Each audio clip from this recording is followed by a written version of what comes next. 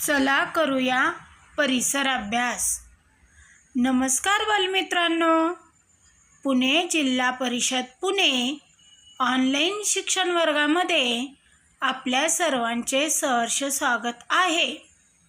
आज आपण शिकणार आहोत इयत्ता 4थीचा विषय परिसर अभ्यास, घटक 10वा वस्त्र, पान नंबर 61 ते 66 आणि या पाठाची अध्ययन निष्पत्ती आहे आणि माझा परिचय आहे. खालील कृती करा व वहीत नोंदवा. एक कापड घ्या, ते भिंगाखाली पहा. तुम्हाला काय दिसते? तर धागे दिसतात. ही धान्याची पोती निरखून पहा, ती कशा प्रकारे बनली आहेत. त्यानंतरची कृती आहे, शिंप्याकडे जा. कपडे शिवताना शिंपी कापड कापतो, त्यावेळेस कापलेले पण त्यांना नको असलेले कापड घ्या. त्याच्या कडेला तुम्हाला काय दिसते ते पहा. ह्या सगळ्या कृती केल्यानंतर तुमच्या असे लक्षात येईल की धागे एकमेकांमध्ये गुंफून कापड किंवा वस्त्र तयार होते. धागा एकमेकांत गुंफणे म्हणजेच विणणे. लांब धागे विणून कापड तयार करतात. आता हा लांब धागा कुठून येतो? तर घरातील कापूस घ्या, तो जेवढा लांब करता येईल तेवढा करा. तळहातावर घेऊन तो एका बाजूकडे मळा आणि काय होते ते नोंदवा. तुमचे असे लक्षात येईल की कापसाची लांब वात तयार होते. पूर्वी कापसापासून सूत तयार करण्यासाठी चरखा वापरत असत. आता हीच प्रक्रिया यंत्रावर केली जाते आणि कापसाच्या धाग्यापासून कापड तयार होते. कापसाशिवाय इतर कशापासून कापड तयार करता येत असेल ते आपण पुढे शिकणारच आहोत.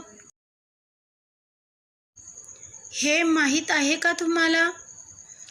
आपल्या देशाला स्वातंत्र्य मिळवून देण्यासाठी महात्मा गांधींनी जनतेमध्ये स्वदेशी वस्तू वापरण्याची चळवळ उभी केली. त्यासाठी त्यांनी चरख्याचा वापर सूत कातण्यासाठी केला. देशभरात सूत कातण्याची चरखा मंडळे निर्माण केली व स्वदेशी वस्तू वापरणे. आता तुम्ही कापड दुकानाला भेट द्या. दुकानदाराशी पुढील प्रश्नांच्या आधारे चर्चा करा व उत्तरे वहीत नोंदवा. दुकानात कोणकोणत्या प्रकारचे कापड आहे? या कापडांना विशिष्ट नावे आहेत का? हे कापड कशापासून तयार होते? याचा मूळ स्रोत काय आहे? हे कापड कोणत्या प्रदेशातून आले आहे? असे वेगवेगळ्या कापडांचे नमुने. दुकानदार काकांकडून आलेल्या माहितीचा याप्रमाणे तक्ता करा. उदाहरणार्थ, कापडाचा प्रकार सुती कापड. ते कशापासून बनले आहे? कापूस. त्याचा मूळ स्रोत काय? तर वनस्पती. कोठे बनते? भिवंडी. यावरून तुमच्या असे लक्षात येईल की कापड अनेक घटकांपासून बनते. उदाहरणार्थ, कापूस, लोकर, ताग, नायलॉन, रेयॉन इत्यादी. यातील काही स्रोत हे वनस्पतीपासूनचे आहेत तर काही स्रोत वेगळे आहेत. दुकानदार काकांकडून आणलेल्या कापडाच्या नमुन्यांचा संग्रह करा. आता जरा डोके चालवा. नायलॉन व रेयॉन हे डांबरासारख्या पदार्थापासून बनते, पण मग डांबराचा मूळ. आता हे माहीत आहे का तुम्हाला की कापड 2 प्रकारे विणता येते? एक म्हणजे सुयांच्या साह्याने घराघरात तोरण, स्वेटर कानटोपी इत्यादी वस्तू बनवल्या जातात. आणि 2. कापड विणण्यासाठी हातमागाचा किंवा यंत्रमागाचा उपयोग करतात. आता तुम्ही एक प्रयोग करायचा आहे. छोट्या बादलीत स्वच्छ पाणी घ्या. तुम्ही दिवसभर वापरलेले कपडे त्यात भिजत घाला. तासाभराने हे कपडे बादलीतून बाहेर काढा. बाहेर काढतेवेळी ते बादलीतच घट्ट पिळून घ्या. आता बादलीतील पाण्याचे निरीक्षण करा. बादलीतील पाणी स्वच्छ राहिले की त्यामध्ये काही बदल जाणवला? तर तुमच्या असे लक्षात येईल की आपण कपडे वापरतो त्यावेळेस ते अस्वच्छ होतात.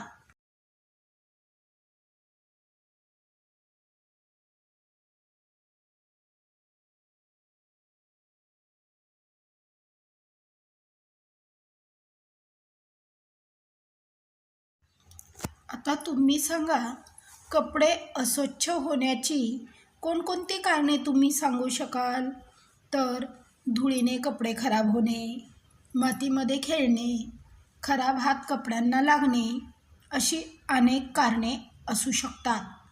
त्या कारणांची यादी करा. यादीवरून असे स्पष्ट होते की आपले कपडे अनेक कारणांमुळे खराब होतात. त्यामुळे कपडे स्वच्छ करणे.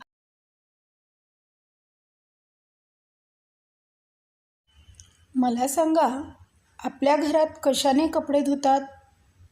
धुलाई केंद्रात कपडे धुताना काय वापरतात? किराणा मालाच्या दुकानात कोणकोणत्या प्रकारचे धुण्याचे साबण असतात? या प्रश्नांची उत्तरे शोधा व यादी करा. तुम्हाला लक्षात येईल की कपडे धुण्यासाठी वेगवेगळ्या प्रकारचे साबण वापरले जातात. उदाहरणार्थ साबण, डिटर्जंट पावडर, लिक्विड सोप इत्यादी. या वस्तू त्यासाठी किराणा दुकानातून रिठे आणा. ते कोमट पाण्यात भिजवा. ते पाणी ढवळा. पहा बरं काय होते ते. त्यानंतर कपडे धुण्याचा सोडा कोमट पाण्यात घाला व पाणी ढवळा. काय होते ते पहा. आता या पाण्यात स्वच्छ कपडे भिजत ठेवा. अर्ध्या तासाने हे कपडे धुवून घ्या. पहा बरं कपडे स्वच्छ झाले का? तर होतील. रिठा, सोडा, हिंगणबेट, चुनखडी इत्यादींचा वापर कपडे धुण्यासाठी करता येतो. या सर्व नैसर्गिक वस्तू आहेत. तुम्ही पहिलीत असतानाचे कपडे आता वापरता का? वापरत नसल्यास कोणते कपडे तुम्ही आता वापरता? पूर्वीचे कपडे आता न वापरण्याचे कारण काय? लहान असताना तुम्हाला अत्यंत आवडलेला एखादा ड्रेस तुम्ही आता का वापरू शकत नाही? तुम्ही वापरत नसलेल्या कपड्यांचे काय होते? या सर्व प्रश्नांची उत्तरे शोधण्यासाठी तुम्ही तुमचे आई-वडील, आजी-आजोबा यांच्याशी चर्चा करा व जुन्या कपड्यांचे काय होते ते विचारा. जुने कपडे देऊन नवीन भांडी मिळतात हे तुम्हाला माहिती आहे का? त्यासाठी जुन्या कपड्यांच्या बदल्यात नवीन भांडी देणाऱ्या व्यावसायिकांशी चर्चा करा. त्यासाठी स्क्रीनवर दिसणारे मुद्दे वापरा. जुने कपडे घेऊन त्याचे काय करता? त्या कपड्यांतील चांगले कपडे व फाटके कपडे वेगवेगळे केले जातात का? चांगल्या कपड्यांचे काय केले जाते? ते कोण घेतात? फाटलेल्या कपड्यांचे काय केले जाते? काही कपडे स्वतःसाठी ठेवतात का? जुने कपडे घेऊन नवीन भांडी देणे त्यांना कसे परवडते? तुम्ही मिळवलेल्या या माहितीची नोंद करा. तुमच्या नोंदी मी पुढे सांगणार आहे त्या माहितीशी जुळतात का ते पहा. कारण कपडे हे टिकाऊ असतात. ते जुने झाले तरीही त्यांचा पुन्हा. आता माझी माहिती पहा. जुने कपडे चांगले असतील तर ते आपण गरजवंताला देऊ शकतो. कपडे फाटले तर त्यापासून गोधडी, पायपुसणी इत्यादी उपयोगी वस्तू तयार करता येतात. कपड्यांची सुते वेगळी करून नवीन कापड निर्माण करता येते. अगदी जीर्ण झालेल्या कपड्यांचा लगदा तयार करतात. त्यापासून कागद करता येतो. याचा वापर ताटल्या, फुले इत्यादी करण्यासाठी होतो. लगद्यापासून प्रतिकृतीही तयार करता येते.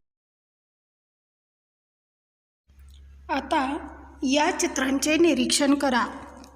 कपड्यांमधील विविधता समजून घ्या. तुमच्या परिसरात अथवा परगावी गेल्यावर या प्रकारचे कपडे परिधान करणारे लोक दिसतील. त्यांची तुम्ही भेट घ्या. त्यांच्या कपड्यांबद्दल माहिती जाणून घ्या व त्याची नोंद तुमच्या वहीमध्ये करा. वर्षभर ते अशाच प्रकारचे कपडे घालतात का? हवामानानुसार त्यात बदल करतात का? सण उत्सवाच्या वेळी त्यात काही बदल करतात का? महाराष्ट्रात सांस्कृतिक व भौगोलिक कारणामुळे कपड्यांमध्ये विविधता दिसून येते. हवामानाचा विचार केला तर महाराष्ट्रात सुती कपडे आणि आता शेवटी हे करून पहा. आपले आजी आजोबा, आई वडील व नातेवाईकांची जुनी व नवीन छायाचित्रे एकत्रित करा. ती कोणत्या वर्षात काढली आहेत ते त्यांना विचारून छायाचित्रांच्या मागे लिहून घ्या. आता ही छायाचित्रे वर्षानुसार लावून घ्या. त्यांच्या पोशाखात होत गेलेले बदल निरीक्षणाने समजून घ्या. असे बदल होण्यामागची कारणे. या पाठात आपण काय शिकलो? कापड धाग्यांपासून बनते. हे धागे कापूस, लोकर इत्यादींपासून तयार करतात. कपडे वापरल्यावर अस्वच्छ होतात, त्यामुळे नेहमी स्वच्छ कपडे घालावेत. कपडे धुण्यासाठी साबण किंवा रिठा, हिंगणबेट यांसारखी नैसर्गिक साधनेही वापरतात. जुने कपडे टाकून देऊ नयेत. त्यांचा पुनर्वापर करता येतो. भौगोलिक व सांस्कृतिक कारणांमुळे वस्त्रांमध्ये विविधता दिसून येते आणि पूर्वी वापरात असलेले पोशाख व आत्ता वापरत असलेले पोशाख यामधील फरक आपण या पाठात शिकलो आहोत. समजला ना पाठ? मग आता होमवर्क.